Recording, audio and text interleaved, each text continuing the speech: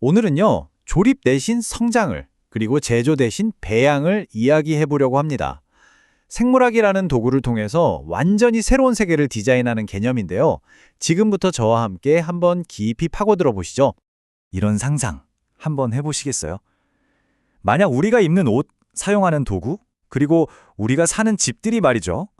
공장에서 부품을 찍어내서 조립하는 게 아니라 마치 살아있는 유기체처럼 스스로 자라난다면 어떨까요? 바로 이 도발적인 질문이 오늘 우리가 탐구할 거대한 혁명의 시작점입니다. 자, 그럼 이 모든 혁신의 한가운데에 있는 새로운 디자인 철학, 새로운 물질 세계가 과연 무엇인지부터 한번 살펴보겠습니다. 그 철학의 이름은 바로 물질 생태학, 영어로는 Material Ecology입니다. 이게 단순히 자연의 형태를 흉내내는 걸 넘어서는 개념이에요. 인간과 미생물, 우리가 만든 제품과 건물이 마치 하나의 생태계처럼 서로 영향을 주고받으면서 새로운 걸 만들어내는 거죠. 말 그대로 함께 살아가는 디자인을 의미한다고 보시면 됩니다. 그리고 이 철학은 네 가지의 아주 강력한 기술이 만났을 때 비로소 현실이 됩니다. 컴퓨터를 통해 자연의 설계 방식을 배우고요. 이게 컴퓨테이셔널 디자인, 3D 프린터로 형태를 빚어내고 적층 제조, 재료 자체를 원자 단위에서 새롭게 창조하고 재료 봉합, 심지어 살아있는 생명체에게 인물을 부여하는 합성 생물학 기술들이죠. 이 네 가지가 서로 만날 때 정말 마법 같은 일이 시작됩니다. 그렇다면 이 놀라운 분야를 이끌고 있는 선구자는 과연 누구일까요?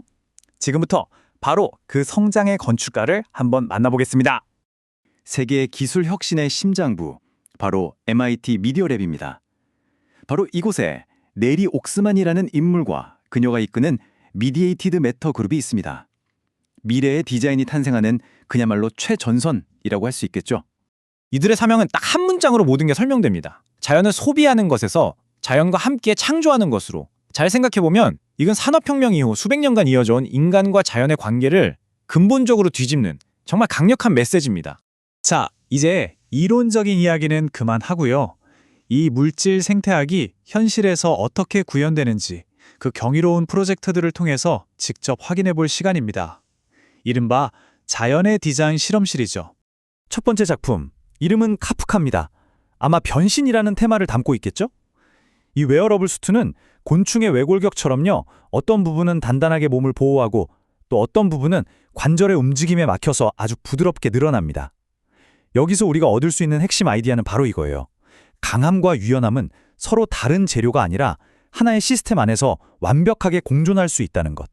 다음은 해파리에서 영감을 받은 메두사 트입니다. 그런데 여기서 정말 놀라운 점은요, 이게 여러 부품을 조립한 게 아니라는 겁니다. 단 한 번의 3D 프린팅으로 출력되는데 마치 살아있는 생명체처럼 어떤 부위는 뼈처럼 단단하고 어떤 부위는 근육처럼 질기고 또 다른 부위는 피부처럼 부드러워요. 즉, 기능이 곧 형태가 되는 디자인의 정수를 보여주는 거죠. 이 아이디어는 여기서 멈추지 않습니다. 건축으로까지 확장되거든요. 숨 또는 공기를 뜻하는 유마원은요, 해면 동물이나 인간의 폐처럼 속이 비어 있지만 놀랍도록 튼튼한 구조물입니다. 최소한의 재료로 최대의 효율을 내는 자연의 경이로운 공학을 보여주죠. 이제 디자인이 있는 것에서 우리가 거주하는 공간으로까지 성장할 수 있다는 걸 증명하는 셈입니다. 그리고 상상력은 정말 극한까지 나아갑니다. 상상 속 존재들이라는 이 컬렉션은요, 인류가 언젠가 외계 행성에 정착할 때를 대비해서 그 혹독한 환경에서 생존할 수 있도록 우리 몸을 증강시키는 18발까지 제안입니다. 이건 단순한 디자인을 넘어서 우리 스스로의 진화를 직접 디자인하려는 대담한 시도라고 할 수 있겠죠. 이런 평가는 그냥 나오는 게 아닙니다. 뉴욕 현대미술관 모마의 수석 큐레이터인 파올라 안토넬리는 이들의 작업을 두고 지난 1000년간 가장 중요한 작업이라고 극찬했습니다. 이게 그냥 예쁜 디자인을 넘어서 인류 문명의 방향 자체를 바꾸는 전환점이 될 수 있다는 의미 아니겠어요? 자, 이렇게 경이로운 작품들이 도대체 어떻게 가능한 걸까요? 이제 그 비밀, 바로 창조의 코드를 함께 해독해 보겠습니다. 핵심은 패러다임의 전환에 있습니다. 지난 산업혁명이 수많은 부품을 만들어서 조립하는 방식이었다면요, 이 새로운 혁명은 하나의 유기적인 시스템 전체가 함께 성장하는 방식입니다. 마치 나무가 자라나고 우리 뼈가 형성되는 것처럼 말이죠. 아까 말씀드렸던 네 가지 방법론 있잖아요. 이게 바로 그 어떻게에 대한 구체적인 답입니다. 먼저 컴퓨터 알고리즘으로 자연의 복잡한 형태를 설계하고 이걸 3D 프린팅 기술로 한 층 한 층 쌓아 올려서 현실로 만듭니다. 여기에 분자 단위에서 재료의 성질을 자유자재로 바꾸고 심지어 살아있는 미생물을 프로그래밍해서 스스로 물질을 만들게 하는 거죠. 이 네 가지 기술의 정교한 융합, 이게 바로 창조의 코드입니다.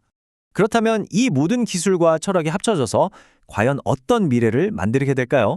이제 우리의 공생적 미래에 대한 거대한 가능성을 한번 들여다보겠습니다. 네리 옥스만은 미래의 디자인이 단순히 새로운 물건을 만드는 걸 넘어서 자연과의 새로운 관계를 가능하게 할 것이라고 말합니다. 이건 기술의 진보 그 이상이죠. 우리 존재 방식에 대한 철학적인 전환을 의미하는 겁니다. 자, 그럼 길러진 세상은 어떤 모습일까요?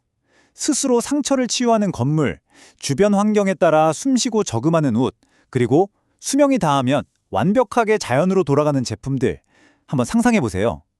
이건 자원을 고갈시키는 기존 경제에서 벗어나서 자연에서 빌려 쓰고 되돌려주는 진정한 순환 경제의 시작입니다. 더 나아가서는 우리 자신의 진화까지도 디자인할 수 있다는 정말 놀라운 가능성을 열어주는 거죠. 이제 마무리를 하면서 가장 근본적인 질문을 한번 던져봅니다. 우리는 수천 년간 이어온 만들고 조립하는 문명에서 벗어나서 이제 우리의 세상을 자연과 함께 길러낼 준비가 정말 되었을까요? 아마 그 답은 우리가 자연을 어떻게 바라보는지에 달려있을 겁니다. 자연을 정복해야 할 대상이 아니라 창조의 파트너로 받아들일 때, 우리가 자연 속의 건물을 짓는 걸 넘어서 자연 우로 짓게 될 때, 미래 도시는 바로 이런 모습이 될지도 모르겠습니다.